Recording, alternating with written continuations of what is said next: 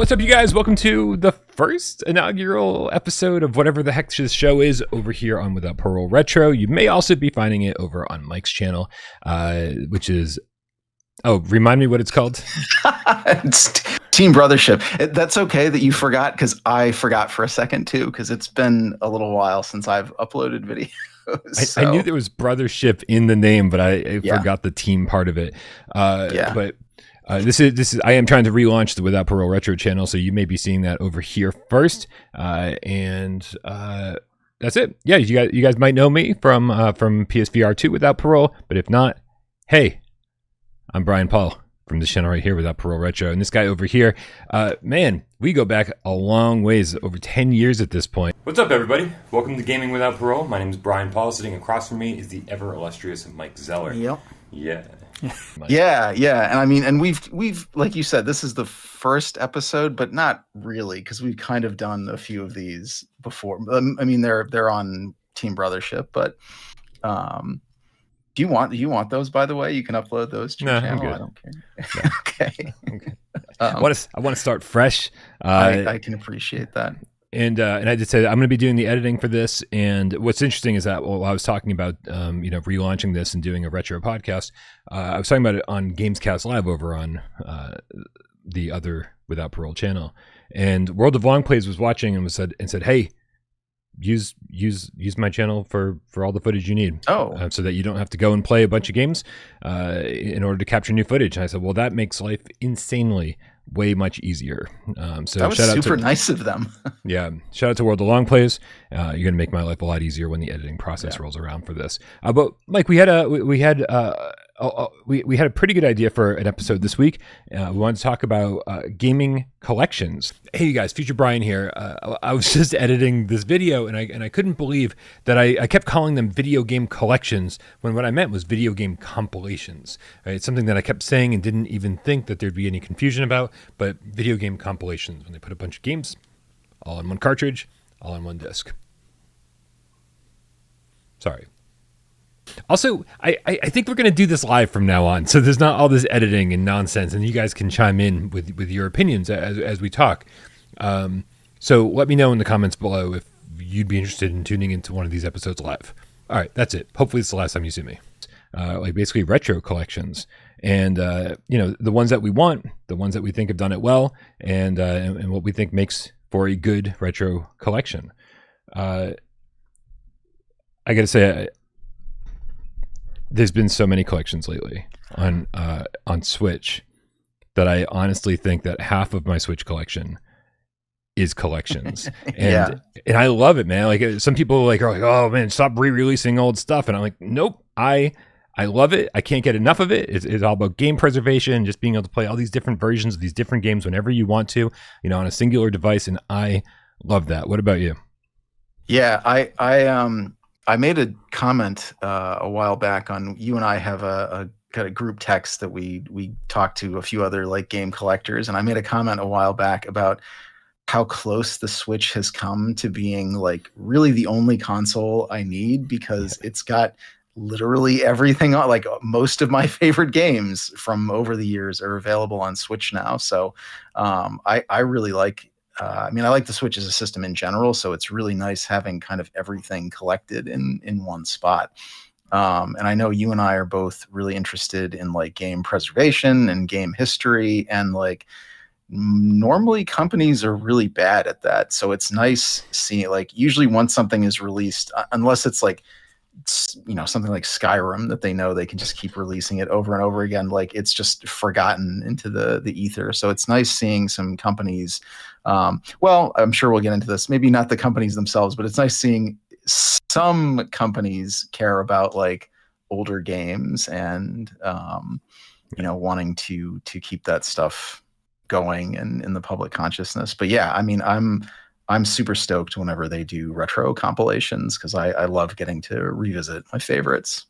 Yeah, listen, I know this episode specifically is about compilations, about collections, but man, it is so nice to see, say what you want about limited run games, but to see them re-release the PS1 version of Fear Effect, right? Which is 4 CDs. And man, if you had a PlayStation 1 that had that skipped it all, those FMV backgrounds were just an absolute nightmare, right? Like the game became almost unplayable. So having them on the Switch cartridge now that can't skip it all is great. And so I love seeing games that are being re-released, even if they're not being like up-resed or remastered or anything like that. Just having them, a way to play them in all of their original glory. I mean, I thought Fear Effect was going to be tough to go back to, but I love it. It is still so good. They do seem to have a really soft spot for like quirky PS1 games over there. That and Turbo Duo games, I feel like, or PC Engine games. Well, thank goodness for that, because Turbo Graphics and Turbo Duo games are about half of my list of things I want to talk about today. Yeah, same. But we are kind of in a golden era, Mike. We got limited run games doing their thing. We've got different publishers like Limited Run, like Strictly Limited, all these people who are creating these compilations. We've got Evercade that are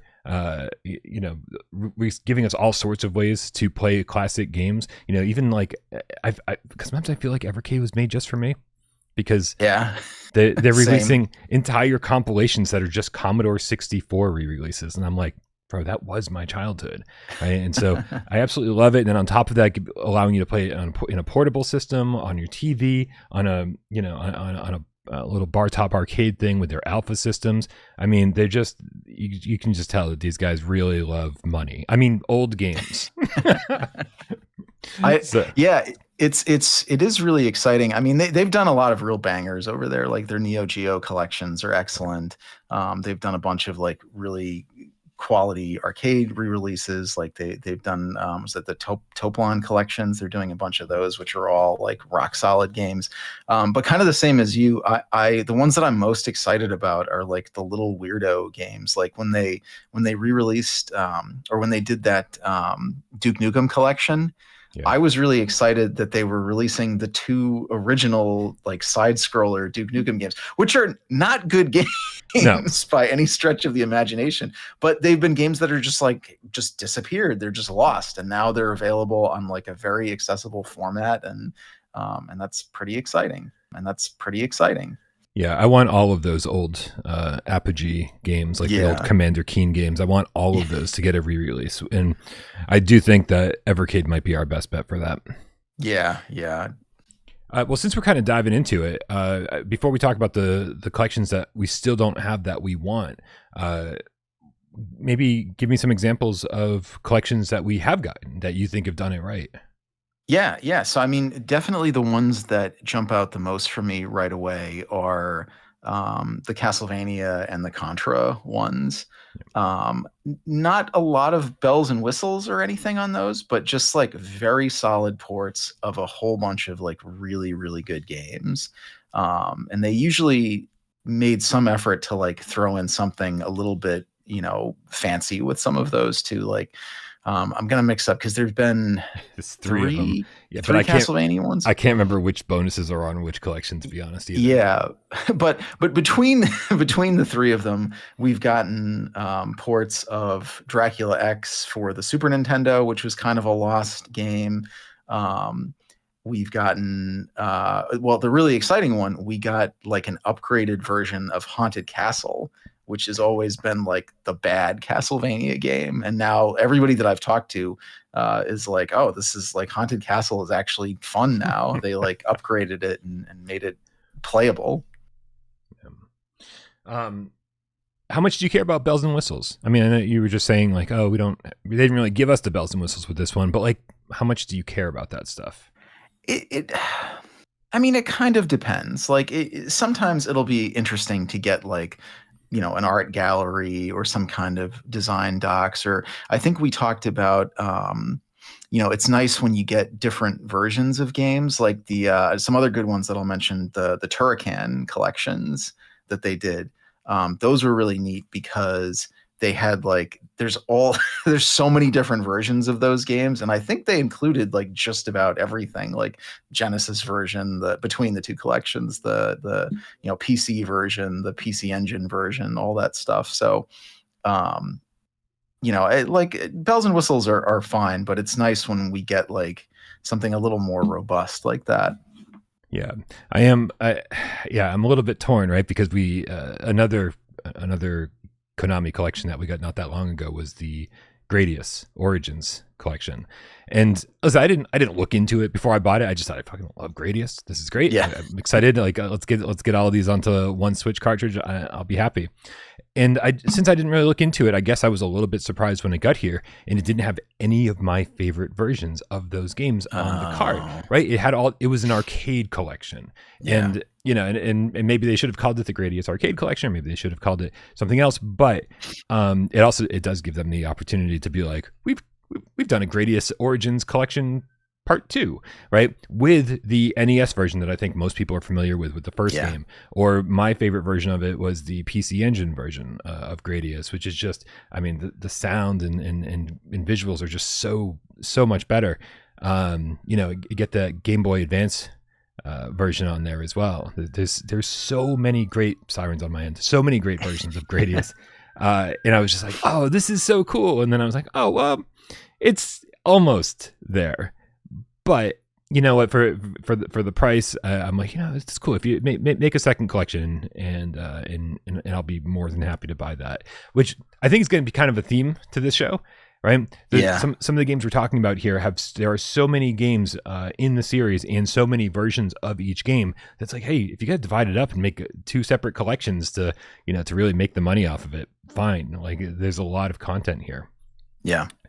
Wonder Boy collection. This is an example of things being right?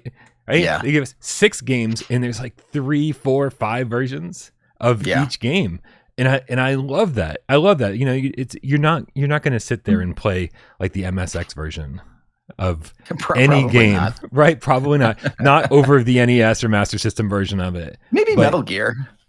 Maybe. Probably. That was a great collection too. That's not even on my list. Yeah.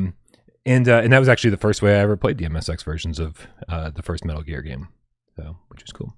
But yeah, it is just really cool from a historical perspective to be able to like just with the click of a button load this thing up and not have to pull out some old ancient computer with a failing disk drive and wait 15 minutes for the game to load. So so I really appreciated what they did with the Wonder Boy collection. I thought that was brilliant. Yeah, no, that was on my list as one of the ones that did it right. And I'm gonna forget because they've kind of done this collection on a whole bunch of different systems, and I'm blanking on exactly what it's called on the Switch. Is it the Sega Genesis Classics collection? Is that what the Switch version is called? I think so. Yeah, because there was like Sonic's Ultimate Genesis collection, but I think that's the older one. That was like the PS3 360 version, I think. Yeah. No, that one did a really good job too, and that one has the kind of. I'll admit I used it for the Let's Play of Shining Force 2 that I did on my channel, and it was a little bit tedious having I thought it was really cute how they set up the menu as like an actual bedroom, and you kind of like go around and you take the game and you put it into the console. It was cute. I'll admit, like, as I'm booting this up several dozen times to record videos for a Let's Play, it got a little tedious, but like I like that they put the extra effort into that, and they give you different versions. Like there's different ways to view it. You can do the visuals differently. You can kind of do like old school style visuals. You can resize the screen differently. So it's nice being able to kind of adjust things to fit nostalgia or modern TVs or whatever you're in the mood for when you're playing. Yeah, that's essential. There is a collection I had picked up on the Switch. IGA? Is that what IGS? The Integrated Game System, I think it's called. There's so many different brawlers on that I'd never even heard of, because I don't think most of them came our way back in the day. And so this is to my knowledge, is the first time any of them have been like readily available, outside of a Japanese arcade or something. And I hate the collection. It's a terrible version of these games. It doesn't. There's some kind of smoothing filter on it. Oh, right. Doesn't give you an option to completely turn that off and just like see all the pixels with the hard edges and everything. And that's the way that I like to do it. I know a lot of people that, especially now, there's been like a lot of people changing their mind on CRT filters and saying that they really want to see games the way that they were meant to be played on CRT television, right? Because the designers, the people who were making the art for the game took that into account, and that's why games look so different than they used to. Fine. fine. For those people, I want them to have those filters. I want them to have the smoothing filters if they really want Vaseline smeared on their screen, whatever they want. I don't want that. I want mine to be as crystal clear as possible. Yeah. And the fact that the what is it? IGS? IGS, I believe it's integrated game system. Yeah. The fact that they don't let you turn all of that off and just see a clear image is really, and even at launch, I think you were forced to play with the game stretched to 16:9, right? I think they patched that though. I think you can actually play in the 4:3 settings now, but man, it just didn't get patched enough. So there's definitely some bad collections out there. That's a shame, because those were games that I discovered like years after kind of the initial emulation boom, when I went back to like tinker with emulators for a while, and I found the IGS and PGM games, and I was like, oh my God, there's all these amazing arcade games that were coming out like well into the 2000s. And those are all like good games too. Like the vast majority of them are very, very solid. So that's a shame that they did such a disservice in porting them. Cause like you said, those are some of the, looping back to our like game preservation, like those are games that are I had always assumed were just completely lost to the ages. Yeah. I mean, outside of like a MAME emulator, of course. Right. Yeah. Outside of emulation. Yeah. Right. All right. Why don't you kick it off, Mike? Well, tell me about a collection that you really hope that we'll see one of these days, or a collection that you want that hasn't been announced yet. Sure. So I won't steal the one that I know you were ready to pitch, that we talked about. But I would say, if you asked me like point blank, what is the collection that you would most want to see? Yeah. I would say a Time Splitters collection, because those games are so good. I know I think they did recently re-release them on like PSN or something for a couple dollars. But I would love to see a collected version of Time Splitters 1, 2, and 3, all on one, game card that I could play on the go, because I love those games. I think they're just the first one is borderline unplayable these days, I would say, but 2 and 3 are genuinely good games. And they are definitely games that I feel like have been forgotten. So I actually did this is somewhat of a side to our topic, but speaking about Time Splitters, I recently learned that there is a fan game in the works that is more or less like Time Splitters collection. And THQ, literally, like the current owner of Time Splitters is THQ Nordic. They were what was the original makers of those games? Free Radical. Free Radical, yes, thank you. They were Free Radical, then Free Radical went under and got bought up by some German company that renamed them, and then they got bought by.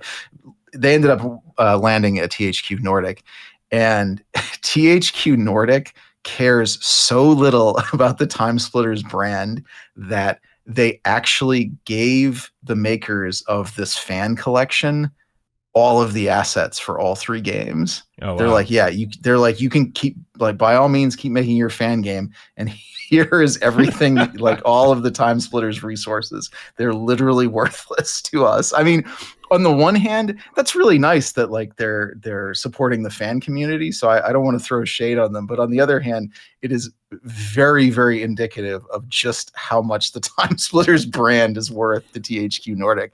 So I would love to see this collection. Do I think it will happen? I do not. Yeah, I mean, so you said Time Splitters 1, 2, and 3, right? But then there's also Future Perfect that actually came out. Future Perfect is the third one. Oh, is it really? Yeah. Oh, my bad. So there's only been 3 released Time Splitters games. Yes. Yeah.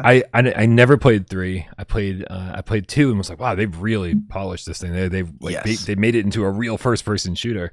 The first game was so funny though, because it was during that time where people were still trying to figure out how first person shooters should control. And so when you go back and you play Time Splitters 1, which ostensibly a tech demo at this point, right? It really is. When you're moving I'm trying to figure out which cursor, which analog stick you'd be aiming with. It'd be the right stick. You're actually moving the cursor around the screen a lot, and then you're pushing the cursor off to the side to actually turn your character, to change your vision. It is insanity. It actually works really well when you get used to it, but like you've got to rewire your brain. You've got to play that game for hours to get used to what they were trying to do there. And for me, yes, like that is very janky and very hard to go back to. But I've also noticed, because there have been a few times, because I love Time Splitters 3 or Future Perfect. I replay that game regularly. Time Splitters 2 I like a ton. I've replayed that game a number of times. I've only beaten original Time Splitters once. And every once in a while, I'll go back to it because it's the one that I'm least familiar with. So I'm sort of like, oh, it's almost like new Time Splitters. It is very rare that I am not repeatedly killed by just like the first enemy that I encounter. those like Egyptian tomb guardians that are like just standing outside of that. They have like a sniper's eye. They will pick you off from like the other side of them, just execute multiple headshots. And I downloaded the recent it's like a beta version of the fan game, and they are clearly dedicated to preserving the authenticity of Time Splitters, because you have to play through all 3 games in a row, and those Tomb Guardians, you ain't getting past them. Wow. But yeah, to your point, I mean, love Halo or hate Halo, you can absolutely tell whether a first-person shooter came out before Halo or after Halo. Yep, absolutely. There was also a 4th game in development, wasn't there? And there was, yeah.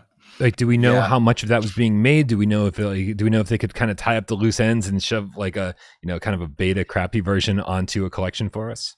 So if we're really digging down into the Time Splitters hole, that was a game, even in my like pre-game journalist days, my brief foray into game journalism, that was one of the few games that I really followed like the news and was like any little drip and drab that came out of Free Radical, I was like soaking up. And I remember the city that you and I live in, about 15 years ago, got hit with like a really bad ice storm, and it shut the city down. It like destroyed tree. It was really bad. And the house that the apartment that I was living in at the time, lost power for like 9 days, and it was like a shockingly cold December, and I was like, the city did not care, and I was genuinely concerned that I was going to die in my apartment, just like freeze to death overnight. Like I would sleep in my winter coat and my hat. And I eventually I was like, I'm gonna die here. I just like called out of work for a week and just drove to my parents' house because I wanted to survive. And I got to my parents' house. One of the first things I did was check my email because I hadn't had email access for a week. Sure. Yeah. I checked my email, and there was an update from Free Radical, and it was like, we're canceling Time Splitters 4. No, I wish I had frozen to death. But yeah, my understanding was the game was well underway. I don't know if it was finished enough to like release a beta or something like that, and the only reason they didn't finish it is because they couldn't find a publisher. And they frequently, the former head of Free Radical, I'm blanking on his name right now, but he will talk about this a lot, and he said repeatedly that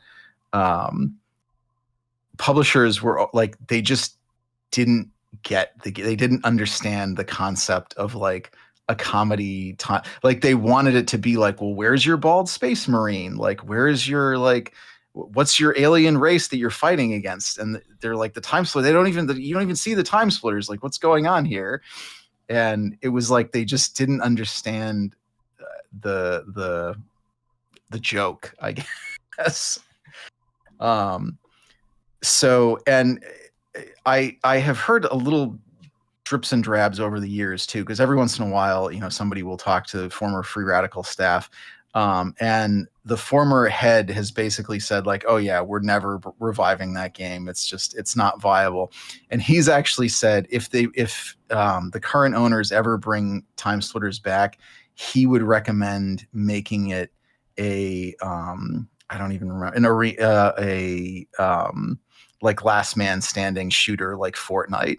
He's like, I don't think they should bring time splitters back. Like a battle royale. Battle royale. Yeah, he was like, I'd play that. Yeah, I know. I mean, it wouldn't be time splitters, but I would play that. Right. Yeah. I mean, he basically was like, there's no point in bringing time splitters back, because if you did, it would be Fortnite. Like, so somebody with some common sense has to interject. Obviously, somebody like a limited run games who is interested. I mean, we got the Turok trilogy, right? Like, somebody that says, hey, listen, here's a pile of money. Just give us the rights to do it. You don't have to do anything. Right, you don't need to be involved in this at all. You get free money. Let us do it, and I think that's how it'll happen if it ever happens. Yeah, I mean and I love limited run games or hate them. I think you and I are both big fans. But I mean, yes, I don't love some of their business practice. I don't want to knowing that they sold my personal data to Meta, right? Oh yeah, that whole bit is a little crappy. Yeah, but they do put out the products that I want, and so ultimately it's like, all right, well, let's go. Yeah, and they will do things like that. So I suppose when my earlier doom and gloom, like, there is a possibility if THQ Nordic is so indifferent that they could just swoop in and be like, yeah, we'll do this. So yeah. Well, I think my recommendation for a collection of games that could come is way more likely, and I think the people that hold the rights to it are way more likely to do it, because they're the same people that we were just talking about who put out the Castlevania collections, who put out the Contra collections, and this is Konami, who now owns the rights to Bonk's Adventure. And yes, I don't think any other collection that we're going to talk about today is going to make me nearly as happy as talking about Bonk's Adventure, because, dude, when I was a kid, like, I had a Sega Genesis, and even that was like, I got that a little bit late, and I got it because of Sonic. Right? If I was a smarter kid, or I'd listened to the GameStop employee who tried. It wasn't GameStop at the time. I think it was Software, etc., or Electronics Boutique. Tried so hard to convince me to get a Super Nintendo. He was right. He was right. Like, the Genesis was great, but I would have loved my time with Super Nintendo that much more. I got the Genesis because of Sonic, and that's how kids these days don't understand what the power of a console mascot was, right? Yeah. Mario sold so many Nintendos and Super Nintendos. Sonic was the reason that Genesis stayed in that console fight and, really held their own. But there was a third mascot during the 16-bit era. Yes. And that was Bonk the Caveman for the TurboGrafx 16. And I got to tell you, man, despite my love for Sonic, and despite knowing how great Mario was, playing Mario games at friends' houses, Bonk was always the most intriguing to me, because he was always there on the cover of Electronic Gaming Monthly, right? And it was like the three mascots bashing head to head or whatever. And but I only knew one person with a TurboGrafx 16 in my entire town, Mickey Gustafson. And he's also the same person that turned me on to Resident Evil, and he's the reason I bought a PlayStation, because it was for Resident Evil. So this guy knew, man. This guy knew what was up in gaming. It's a good friend, yeah. He was the cool friend, right? Didn't follow trends, bought the cool thing. And so, yeah, that's the only reason I knew what Bonk's Adventure was all about. And, dude, I'm so happy that it's owned by Konami. I'm so happy that it's not a license that just kind of fell by the wayside and and went down with a certain company. But I think most people don't understand how many Bonk games there are, right? Because TurboGrafx 16 is one of my favorite consoles of all time, and there were three, kind of, on the TurboGrafx, right? Because it was Bonk 1, 2, and 3 that all came on HuCards, and then there was also a CD version of Bonk 3. Yep. And then there was the NES port of Bonk's Adventure, which it's like one of the most expensive NES games there is. Yeah. Right? And then there's two OG Game Boy Bonk games, Bonk's Adventure and Bonk's Revenge. Yep. There's two Super Famicom Super Bonks, Super Bonk 1 and 2. There's an arcade Bonk game. There's there's a GameCube. They tried to bring it back during the GameCube era. Hudson Soft was still a thing, and they tried to bring. I mean, it was ugly. It was an ugly version. That was a janky, yeah. And it had that look that so many of when they tried to bring back all of these 2D games, they all had this awful look to them, like that 2.5D thing, which works for some games, Pandemonium 1 and 2, great, whatever, but not for Bonk. It looked gross. Yeah. But there are so many games, and hey, fuck, you know what? Let's go crazy. Let's go crazy. Let's throw Airzonk into the mix. And then I was gonna say you got to have Airzonk because he's not getting his own collection, right? But there's Airzonk, then there's the Airzonk, Super Airzonk, right? Which was Super the CD Airzonk, one, yeah. Right. And so yeah, Super Airzonk is a CD, and it has like a crazy subtitle. It's like it's like the Wild Rockabilly Adventure or something like that. Like and so I don't know how many Bonk games I just listed, but again, more than enough for 2 collections, I'll say. It is these games are just being lost to time. People don't even understand how what an impact Bonk made. He carried the TurboGrafx for such a long time that and to see the collections that are coming out now, Mike. There was like a Felix the Cat collection not that long ago, right? There was a Gex trilogy. I mean, don't get me wrong. I understand the love for Gex, but Gex is nothing compared to Bonk, right? It is time for Bonk to make his triumphant return, and I am here for it. Did you see that the guy, the Final Fantasy artist guy, what's Yoshitaka Amano? Is that the artist for Final Fantasy? Made a super elaborate poster for the Gex collection. So imagine Gex but painted like a Final Fantasy character. There's an alternate cover for the Gex collection, and that's the one I got. Yeah, so that's the one that he's the one that drew that. I didn't even know. Yeah, it's the Final Fantasy guy. Yeah. Oh, that makes it way cooler. I mean, yes, that was literally. I have no interest in Gex whatsoever, but I did almost buy it just because I was like, "This is amazing!" Like, what does he like Gex? Like, where did this come from? Right. I have such a fondness for janky PS1 games that I needed to have the Gex collection. Sure. Two and 3 are. I mean, I just love them. They're not great games, but I love them. Yeah, I would absolutely second everything you said about Bonk. It was the same with me because I like the TurboGrafx, and especially when it became the Turbo Duo, it was just such a weird, obscure system. But all of those Bonk games are pretty solid. None of them outside of original Airzonk I will stand by as a genuine masterpiece. But the others are all very competent platformers. But they are just so weird and different, and they definitely weren't like Sonic, but they weren't really like Mario or anything either. The way you could sort of fly doing little the flips in the air, and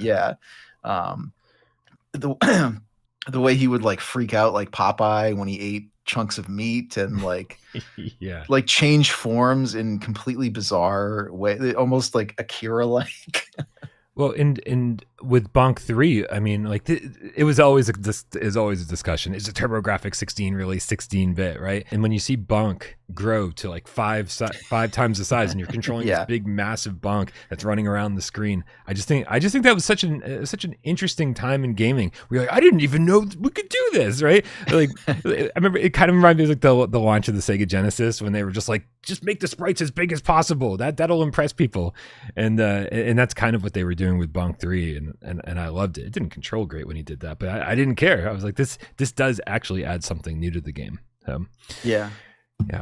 There, I played through. I've played large chunks of all of the Bonk games, but I've only ever beaten, I think, Super Bonk, the Super Nintendo one, which was part of a ill-advised gaming marathon that I was doing for a publication that I wrote for years and years ago. And it's such a weird game. I think what was exciting for me is that that sense of like discovery that a lot of old games had. Like in Mario, when you'd find like one of the warp whistles and some super weird like Bonk just always felt like Super Bonk, while I was playing it, like you never really knew what was coming next. Like one level you're just like swimming through a giant bathtub, then you're like inside some creature's guts, like fighting off it's like hostile bacteria and things, and it's just watch out for the tonsils, they're swinging. Yeah. Wait, those aren't tonsils. Yeah, there's too many of them. But not tonsils. What's the thing that hangs in the back of your throat? That's not your uvula. That's it. That wasn't the joke that I was making. I thought only women had those.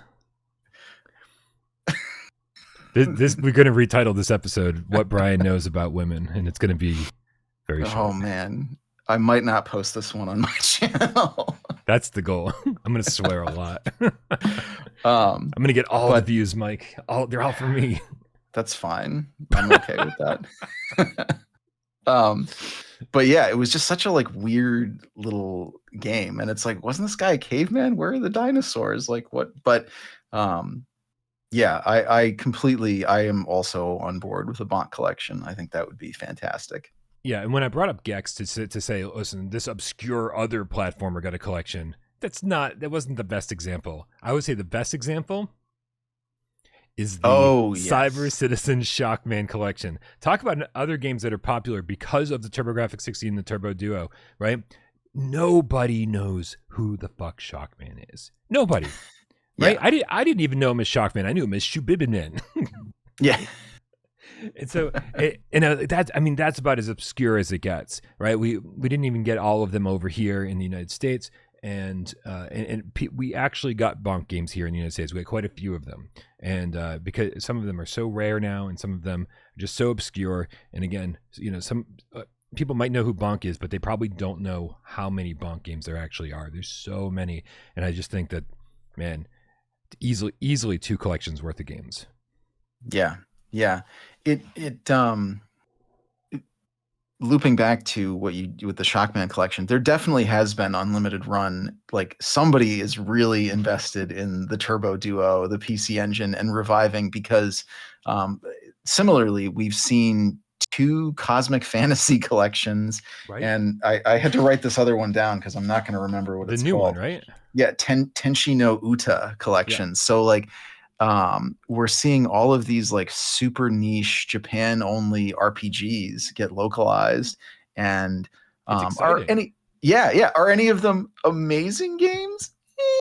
Probably not. But yeah, it's really exciting to see like somebody actually is investing the time in translating and localizing and bringing over these like super niche games. One of the other Turbo Duo series that I was thinking of, like I would love. This is awesome. No, we're not. That I would love to see a localization of is the translation is Far East of Eden. Mm-hmm. Have you heard of these games? Yeah. You familiar? Yeah, I had to write this one. Tengai Makio, I think is the. You got me, man. You got me.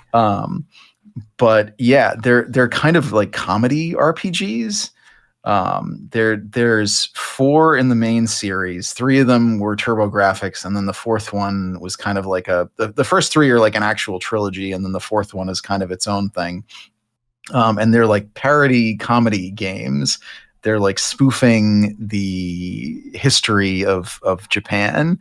And they were known for the battle scenes having like enormous and almost like FMV battle scenes, where it was like you're fighting against like an animated character. And none of those made it over here. And if we're bringing over obscure Turbo RPGs, I would love to see that. They are beloved in their home country and known by almost nobody in the United States. Yeah, I'm just looking this up right now to refresh my memory. I'm assuming there's been fan translations of this, but no official translations. I don't even know if there. Well, okay. There's 4 main games in the series. There's a spin-off fighting game which actually got a release in English-speaking territories. It's called. I wrote that one down too. Kabuki. Kabuki Clash, Far East of Eden Kabuki Clash, not to be confused with Kabuki Quantum Fighter for the NES. Much different. And that one did get a US release as far as I know. And then there was a Super Famicom spin-off game, which I think that one has a fan translation of it. But I don't know if any of the others have been fan translated. Not that I've done a super deep dive into fan translations recently, but I've never come across one. So that would be, something. And they're a big deal in Japan in the same way that Bonk was kind of the mascot to sell PC Engine to like Mario loving people. The Tengai Makio Far East of Eden series was to be like their challenge to like Dragon Quest. That was to the series they created to get people on board who loved RPGs and was successful to some extent. I am really off on my own tangent right now mentally. Yes, did this get a PC FX game? Is that what I know it's totally random. I'm throwing you a curveball here. Maybe I don't know. But the second I saw the logo, I was like, oh, I think I've seen this on PC FX, which is such an obscure console. It's not even worth bringing up. I mean, I think that the first three, I think, were all. I do think they were CD games because they have the battle scenes were like basically like animation. They I think kind of like Dragon Quest, they used or not Dragon Quest, Dragon's Lair. They used like FMV stuff during a lot of the battle scenes. And then the fourth one was a Sega Saturn game, and it was like the first three games had kind of the same cast, and it was like an actual trilogy with like a build up. But then the fourth game was kind of its own thing and moved over to like the US. So the fourth game I've heard compared a lot to was it Shadow Hearts, the third Shadow Hearts game that took place in America, because it's that same kind of like tongue in cheek, you know, you're going to like American landmarks for dungeons, and you know, you're mingling with like cowboys and Native Americans and things like that. So looking it up, I do think I have this right. I think one of these was released on PCFX, and okay, and the publisher's listed as Hudson Soft. So I think we're in the same boat with Bronx Adventure for Konami pulling this one out someday. Yeah, no, I especially once Tenchi no Usha or Tenchi no Uta, I've already forgotten. Tenchi no Uta. Once that came out, I was like, all bets are off. We can literally get anything at this point. Man, after that, I kind of feel bad about bringing up some really basic bitch retro games here. Like this, the stuff I'm bringing up is like everybody knows about at this point. It's like, and you get stuff that like I had to Google while you were talking about.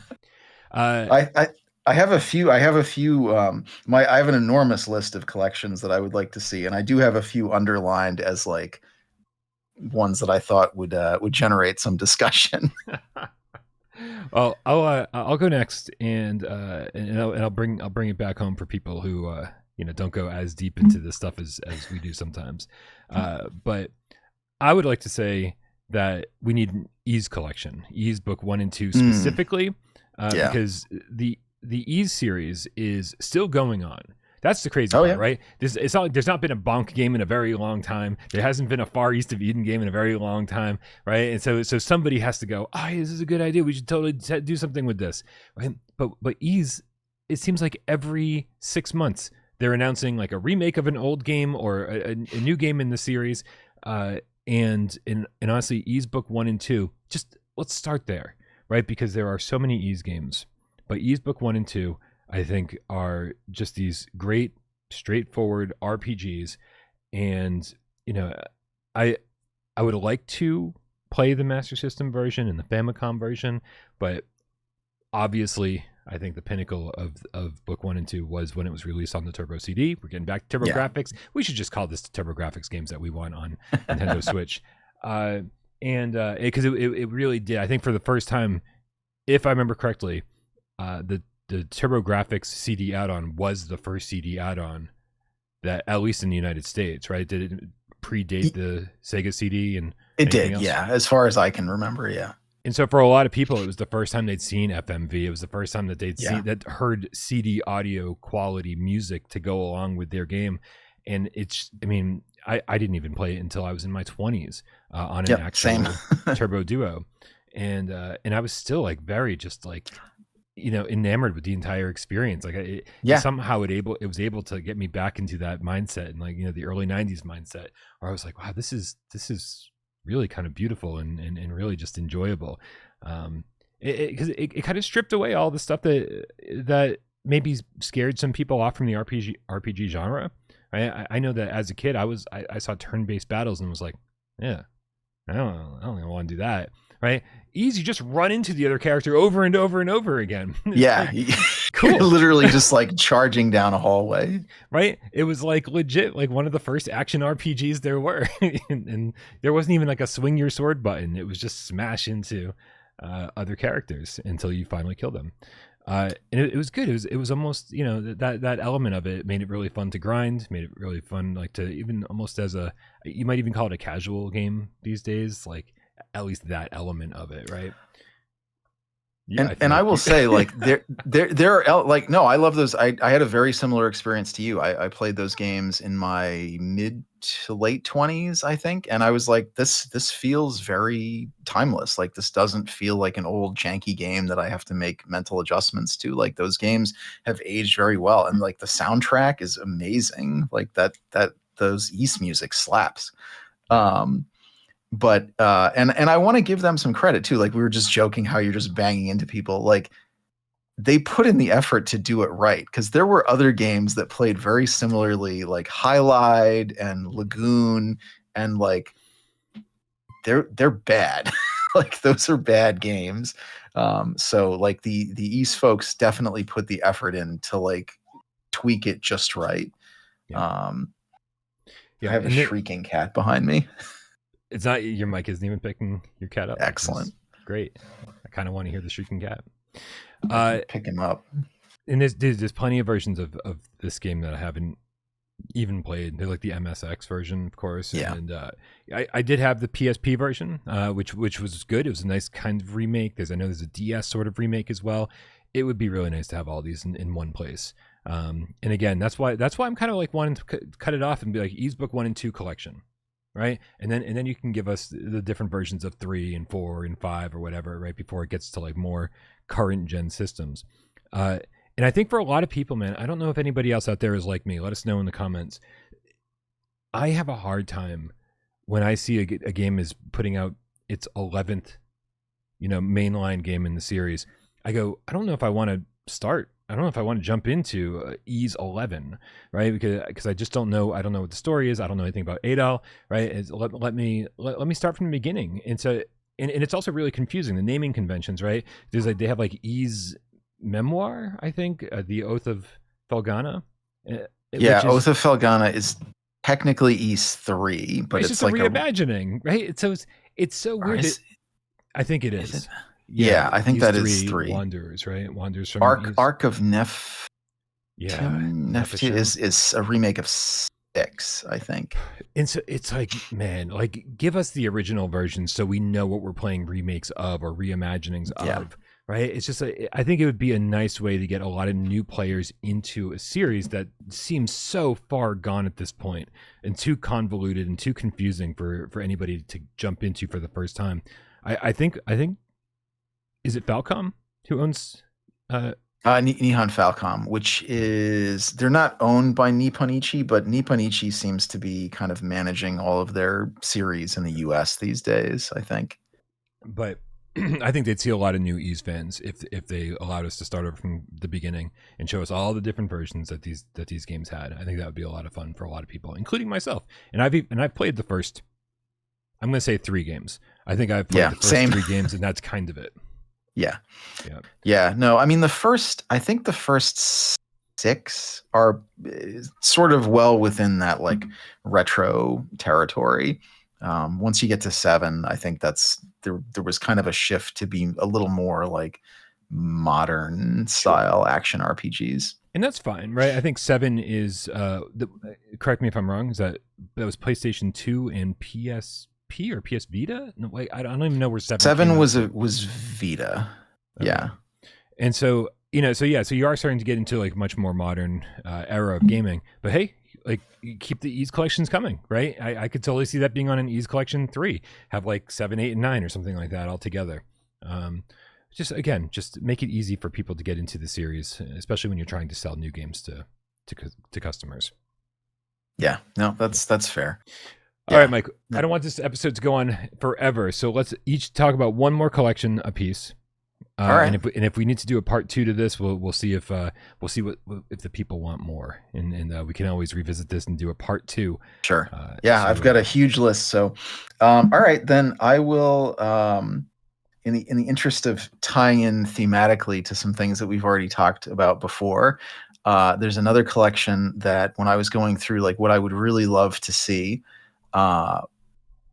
as far as like if we're really dreaming of games that have never come out over here that we want to see like for the first time, I would love to see a Goemon collection. Ooh, good one. Yeah, and that ties in. It ties in both with Konami, you know, so it's something that's we know Konami's ready to license, folks. Like if you got some bucks and you want to translate Goemon and bring him over, I think this could happen. And it's also like kind of a parody of Japan, like the Far East of Eden series. So help refresh my memory, Mike, because I've always kind of observed Goemon from an outsider perspective. I've played, I think, the ones that were released here. I know that I played Legend of the Mystical Ninja on Super Nintendo. Yep. I played 2 of them on N64. Yep. And that's all I know of Goemon. The Goemon series is enormous. I mean, in Japan, like Konami's, I guess what would be considered their sort of retro series. You know, you had Castlevania, you had Contra, and there was also Goemon there. I mean, there were 4 Super Nintendo games. There were like 1, 2, 3, and then a fourth one that had like a wacky. They all have like totally wacky subtitles to them. Mystical Ninja was the first one. Yeah, okay. We only got the first one, and then we didn't get the other 3. There was also there were 2 or 3 Game Boy games. We did get one of the Game Boy games. We got, as far as I know, the bad one. Great. But there were, I think there are 2 other Game Boy games that play more like Dragon Quest and are considered like pretty solid. Wow. Then there were 2 N64 games, which we did get. One of which I think is considered excellent. The other one is like, there's like a side-scrolling one that plays more like the older games. That's supposed to be pretty good. Then there were 2 PlayStation games in the original series that played more. That's right. And then there was like a spin-off series. Like they tried to, Goemon wasn't cool enough, so they tried to make him 90s cool. And they did an updated one, and that had a PlayStation version and a Game Boy Advance version, neither of which came out over here. So Goemon is kind of like a tragedy in the US in that we've gotten like a third to half of the games, and like half of the ones we've gotten have been the bad ones. Then there was a PS2 game as well that that Victor Ireland and was like desperate to localize with working designs, and Sony just kept shooting him down. Wow. I actually did import that one. I had when my collection was stupid big, you know, just getting anything that I didn't have already. It was really dumb. I had a bunch of Japanese PlayStation 2 games, and that was one of them. But unfortunately, like it was just so difficult for me to play the Japanese PS2 games, you know, without like rigging up a bunch of stuff. And so I maybe have sampled the first 15 minutes of that, and that was about my extent with it, which is really sad. This is great, man. Like this is great. I really, you know, sometimes we want a collection because they're games that we miss from our childhood. Sometimes we want a collection because they're like, you know, I've heard about this series, but I never got a chance to play it. And sometimes it's, we just never got those games here. And I love that we're kind of hitting all the bases because Mystical Ninja actually covers most of those.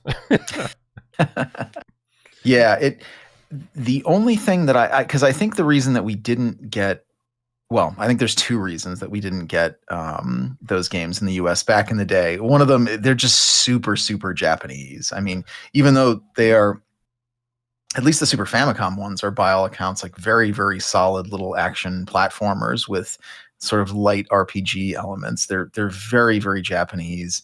I think you can still enjoy them without being familiar with Japanese culture, but definitely a lot of the history spoofs and stuff, it's going to resonate more with a Japanese audience. They're also like a little bit crude, and a little bit more lax with what I think nowadays especially would be considered kind of insensitive humor.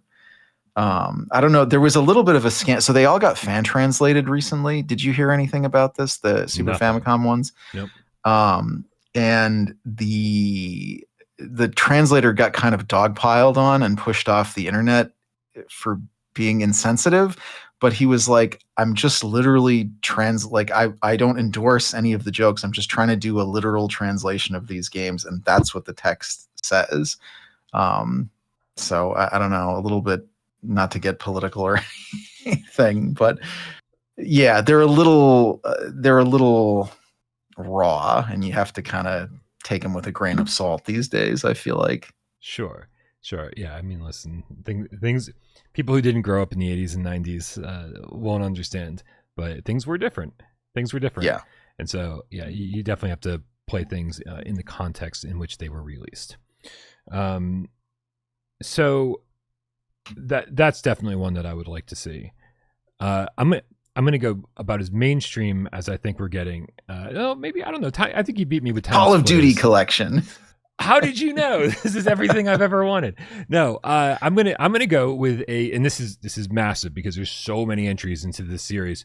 I'm gonna go with Ghouls and Ghosts / Ghosts and Goblins. Right? Yeah.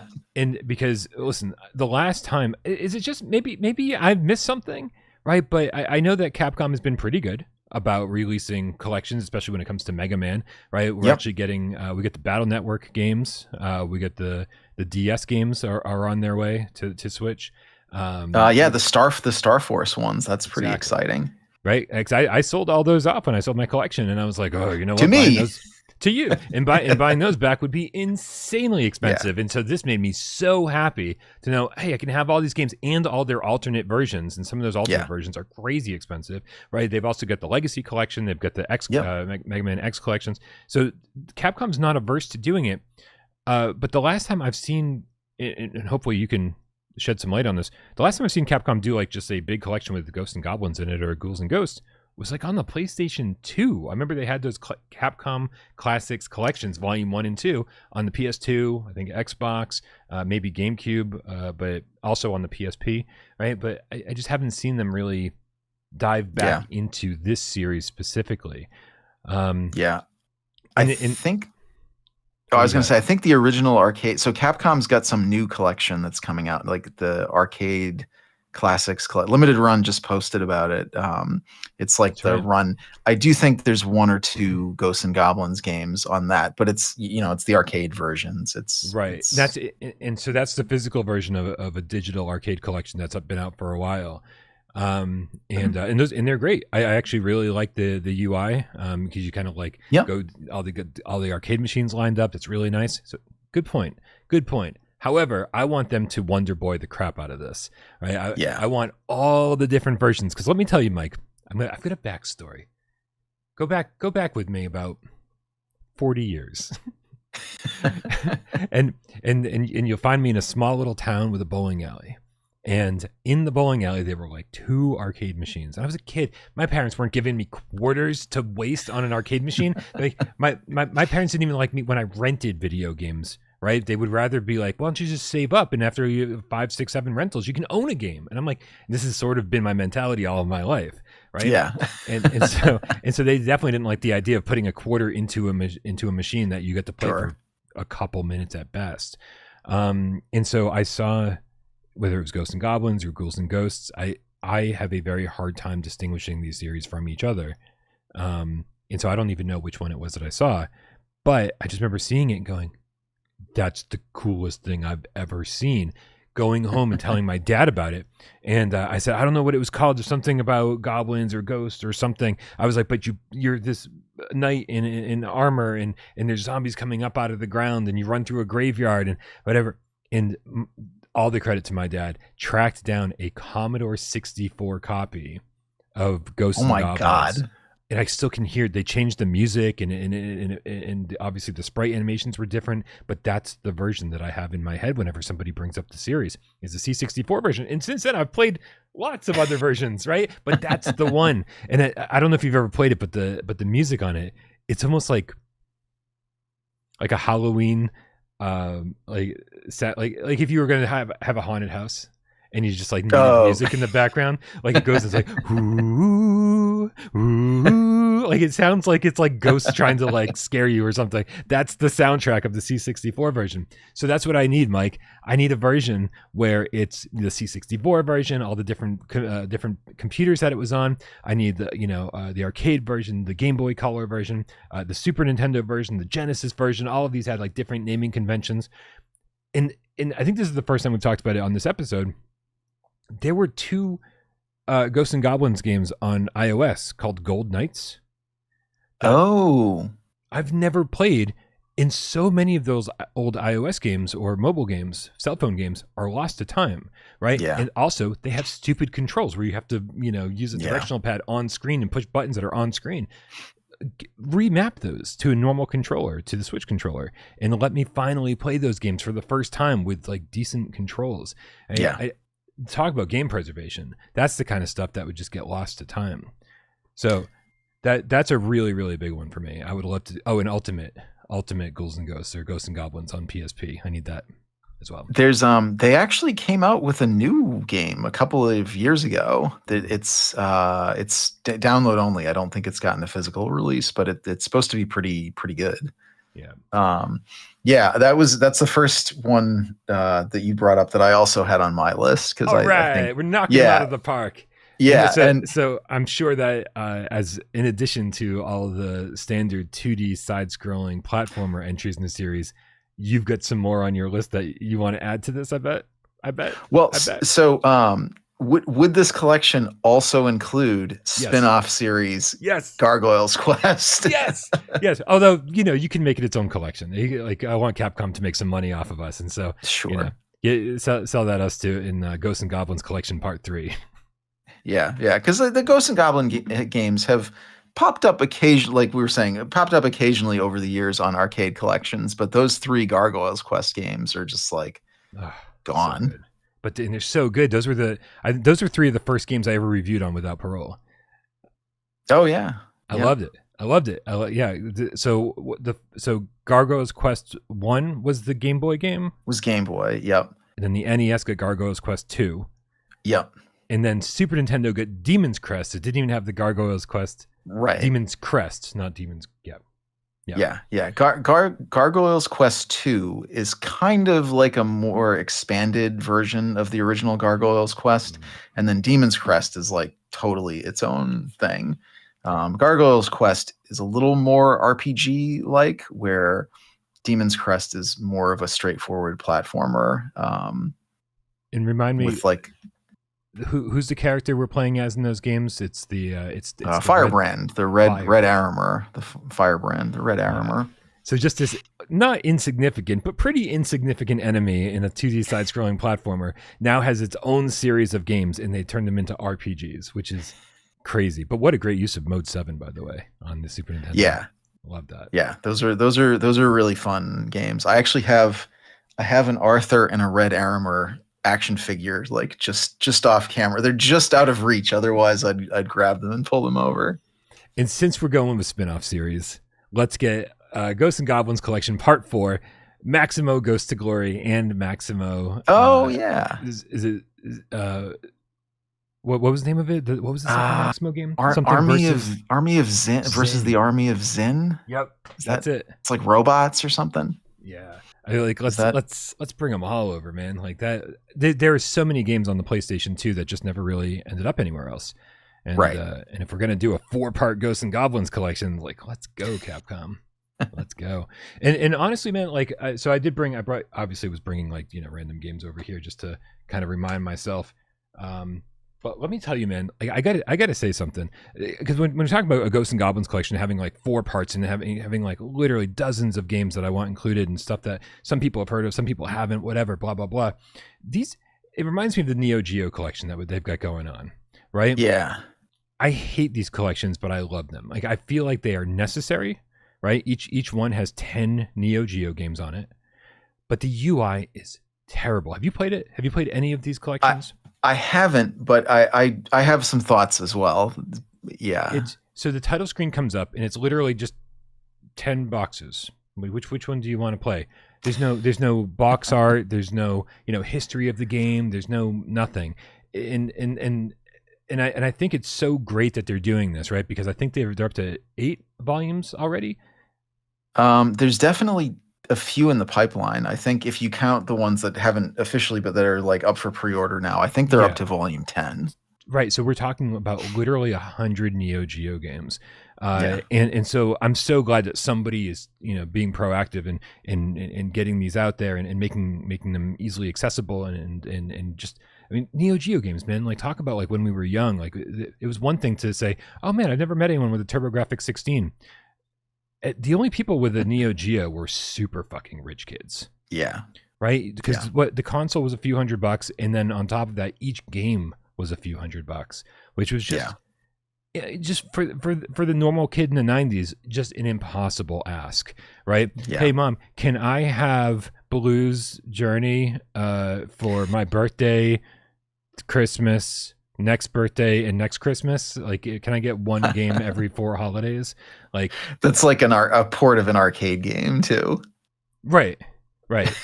So it is so cool to have all these like really crazy expensive games that are I think ported pretty well. I have, at least so far, haven't seen any issues with the emulation, and I love it. But man, it's just like I do wish that when you get your hands on so many of these titles that you kind of honor them as well, right? Yeah. And say, hey, here's what the box art looked like, and Look how massive these cartridges used to be. They used to be like this big. Oh yeah, they're huge. Yeah, they're right. But you don't get any of that from these collections. That's too bad. Yeah. You said you had thoughts on it though. Well, yeah, I mean they're because I actually haven't purchased any of these yet because they're still kind of expensive. And as far as like retail, and now that they're up to 10, I'm like, well, I'm not going to drop, $400 for $400. Yeah.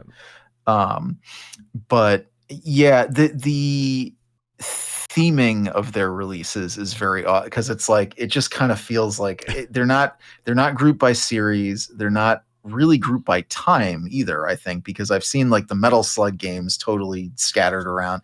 Like they're just kind of like, oh, here's 10 games. Yeah, well, and I think there's a clear reason for that. And well, what that sure, is, right? Because to be honest with you, like.